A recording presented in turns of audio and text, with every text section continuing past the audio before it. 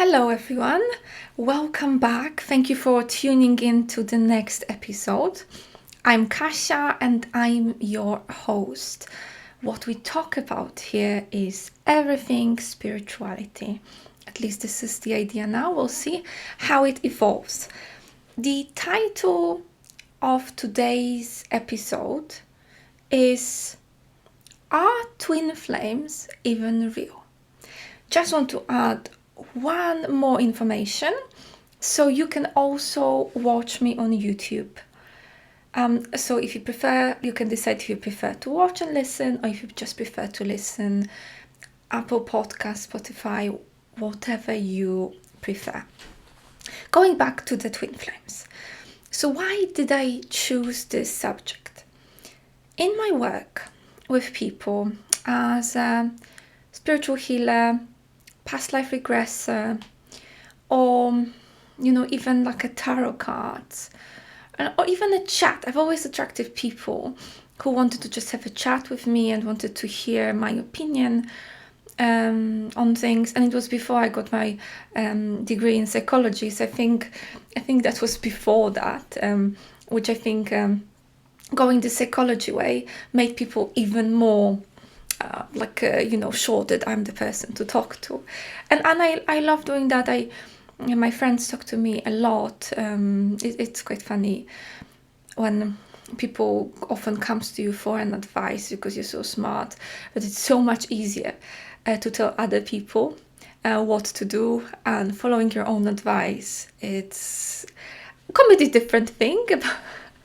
I'm trying, and sometimes I'll hear to my wise words when I talk to someone. I'm like, this is a message also to me.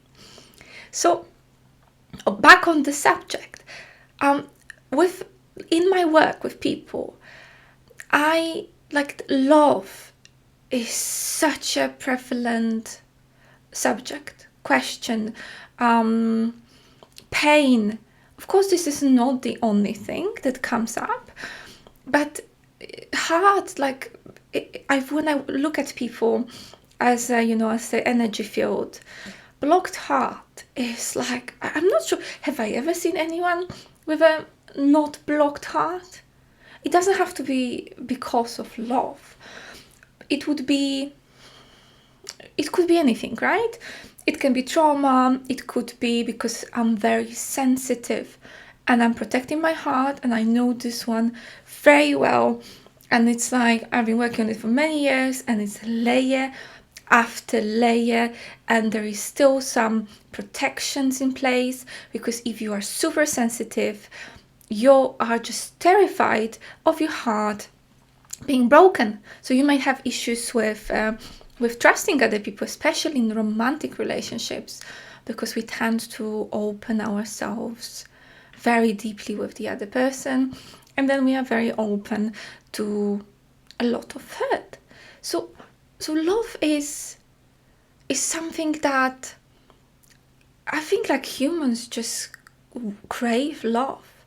And yes, my clients are only women. I do have sometimes men that show up, but if they want, I work in person in Poland, in Krakow, and remotely with everybody wherever you are. But if I have someone who wants to show up in person when I'm in Poland and I'm on my own in the flat, I just don't like to see men. Just don't feel safe. Maybe it's something I need to work on, or maybe I'm just smart. Who knows? However, that's my choice, that I work with men remotely. Or I would be fine if my husband was, somewhere nearby. But if I'm on my own, I just don't like it. So I'm telling you about experience with women. But I do not believe it's only women. And I don't think it makes any difference. How old are you? What's your gender? What's your sexuality, religion? Nothing. You can, anything, any category you can think of. It just doesn't matter. I think we humans crave love. We crave love for our parents, we then crave love from the partner. And many people are looking for a partner, and it's such a painful thing to just continue to look for love, and when it's not working, it's, I've been there. It's very, all this talking about you will find real true love once you are happy on your own. That never worked for me. I mean, I admire people that it works for, because it's a great thing. But I felt like there is this really missing piece of my heart. And there was this deep ingrained sadness in me until I found my husband, and against what everybody's saying, I wasn't feeling okay being on my own. And I did a lot of work. It's years of psychotherapy of unblocking my heart. That was important, and that I can say. If you have protective walls around your heart, it will be very difficult to find a available, honest partner. And not to mention, it's a difficult one. We sometimes think we are okay, but we're not, and we don't always have insight into our state. So there's sometimes more layers, and then something happens that shows you that actually there were more layers. I had that situation with one of my good friends. She asked me, can I do energetic healing for her as a friend? And she felt she was in a really good place. But I looked into her energy, and it was really, I could see her heart being outside of her body, like, heart, energetic heart. And I felt like she needs to fall apart before it starts getting better. She was very much like shocked by this information, because she thought she was in a really good place. And things that happened later around her family, like, crushed her. And then now when we talk, we're like, oh my God, she knows that she thought she was fine, but what happened afterwards, she's still going through it. I'm sending love to her, not naming her, but I'm sending a lot of love to her. She's transforming now.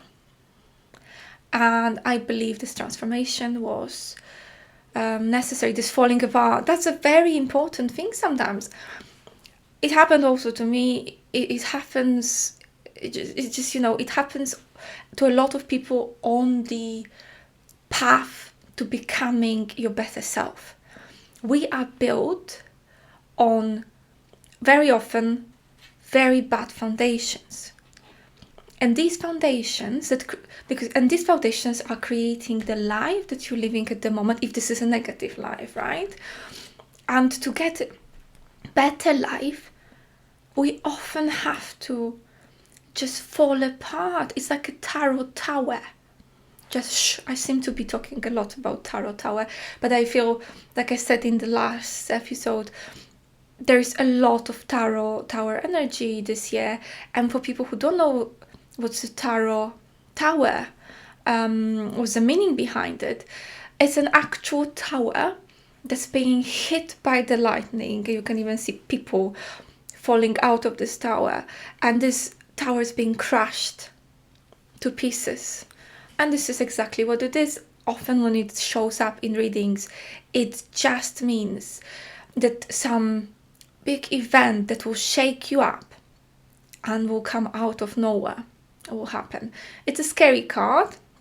There are scarier cards like Ten of Swords, which typically means if the, let's say, tower can be like positive also. Ten of Swords typically mean that even though it means that afterwards it will get better, that means that just something very, very painful is going to happen first. The 10 of swords are literally 10 of swords falling into someone's back. So that's another one. That's no fun, but nowhere to go after that but up. So I think that's the positive. So yes, I think that we all crave love, and it's very painful not to have love. For women, if you want to have children, it also might be this added pressure of time. I mean, doesn't mean that men don't want to have they don't, not everybody wants to wait to be an older father, so doesn't mean that men don't have any pressure. There's a bit more pressure on women. So yeah, it's a very intensive subject. That's why I chose it. And because it's a spirituality I want to talk to you about, I want to talk about twin flames. So what are twin flames? For people who don't know, or if somebody already knows, then just a quick recall what that is. Twin flames are two souls with practically the same frequency. It's called the ultimate love.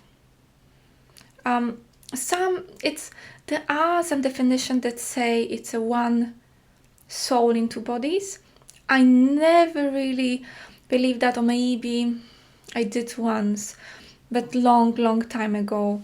I've already changed my mind because I believe we are whole, always whole as a soul.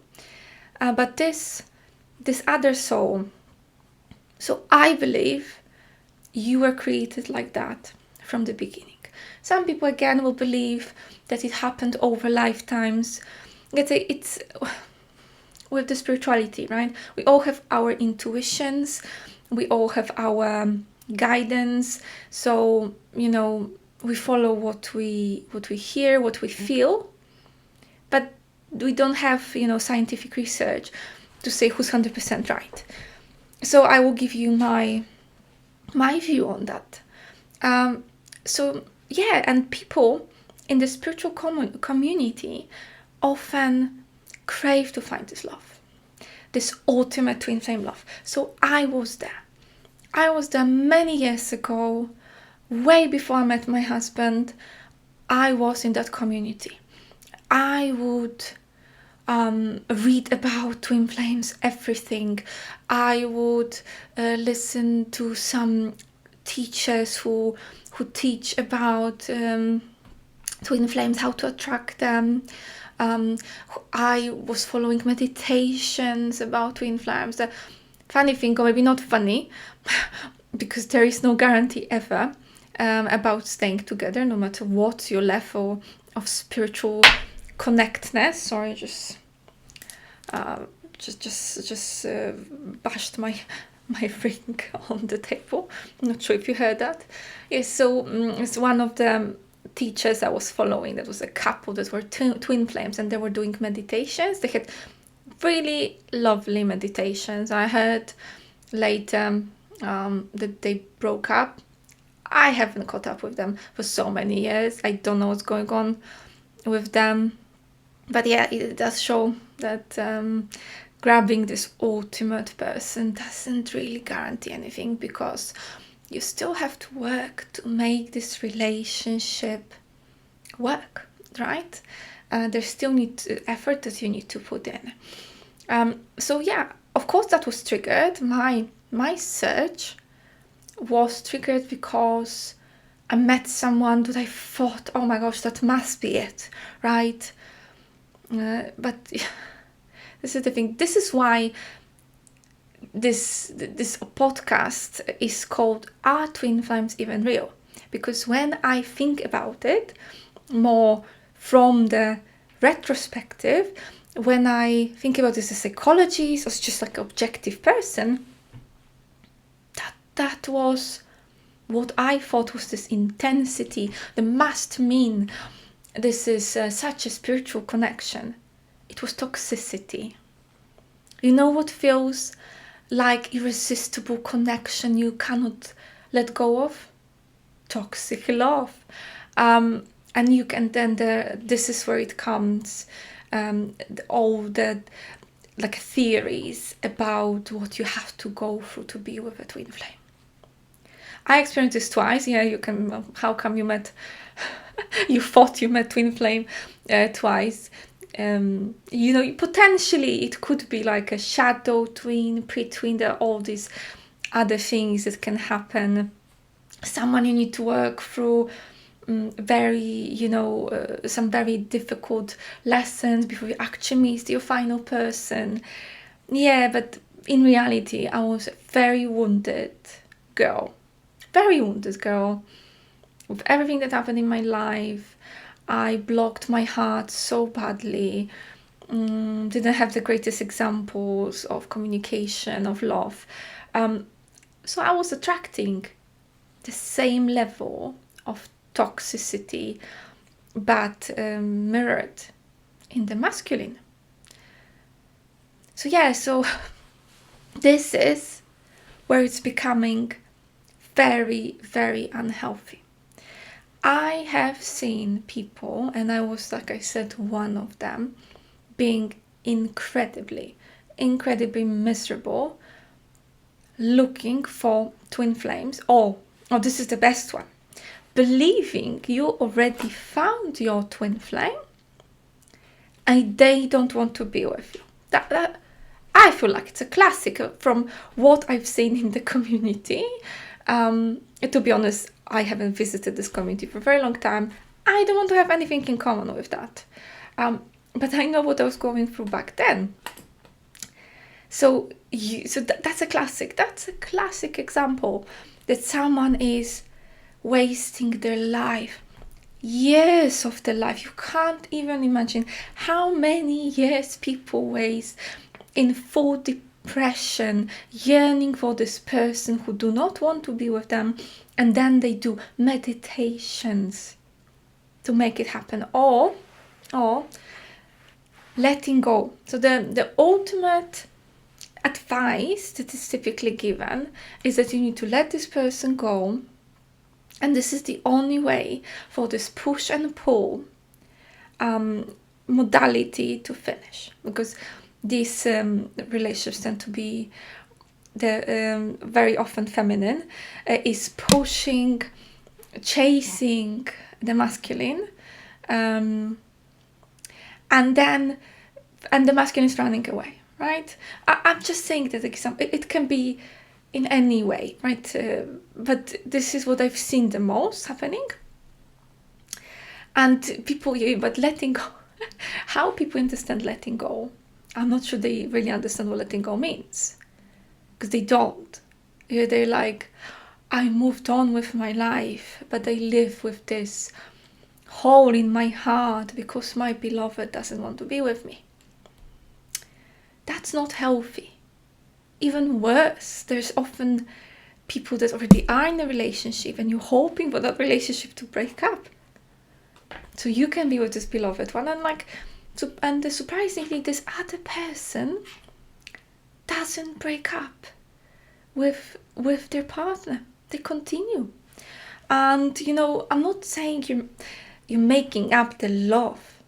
There might be love, but is it a healthy love? No. Push and pull. Someone doesn't want to be with you, walk away. It's of course so much easier to say than put into practice.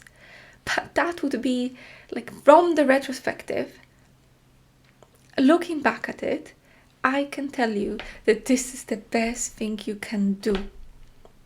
So, because imagine, there is time,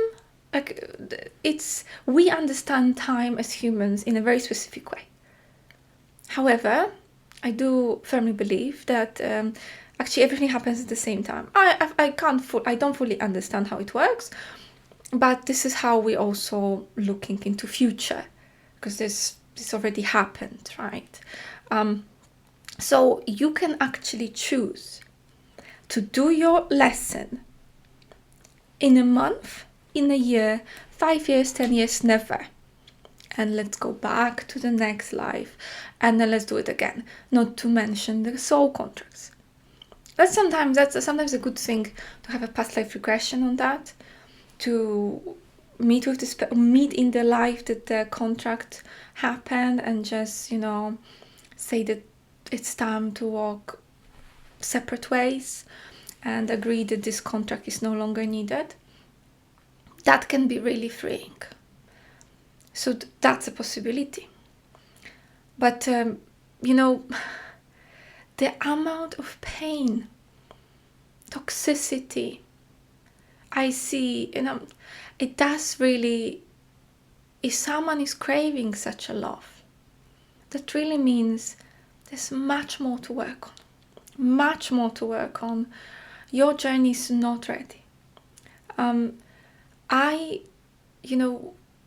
To be honest, after going through these two idiotic experiences, I'm really sorry. I have a very strong opinion on this, because I can see how unhealthy everything was, what I actually have done to myself, and from the person I am today, I will just walk away instantly. So yes, I gave up believing that even exists after these experiences. I was like, I don't believe it anymore. Also, I don't care anymore. And the funny thing is that when I met my husband, I immediately felt we were soulmates. He felt it also. We both felt very strong pull toward each other. We had quite a bit to work on at the beginning. But we are very happy together. Nobody's perfect. No relationship is perfect, but we are really, really happy together. We got married in September this year, so it's a beautiful time for us. I started getting, years into relationship, signs that he was my twin flame. I even did meditation on that. And in the meditation, I saw, to be honest, I don't think I did meditation specifically on that. I was just doing meditation, and that happened in the meditation. I remember walking down with my guide next to the sea.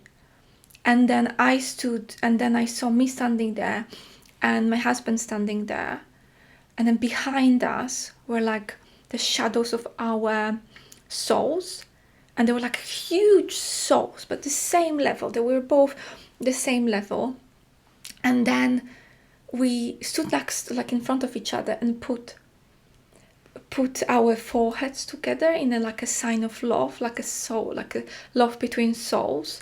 And then I heard, "You got what you wanted," which I understood. So I got it. I wanted it once upon a time, and I got it. But what I really got was a beautiful love that I've always dreamt of.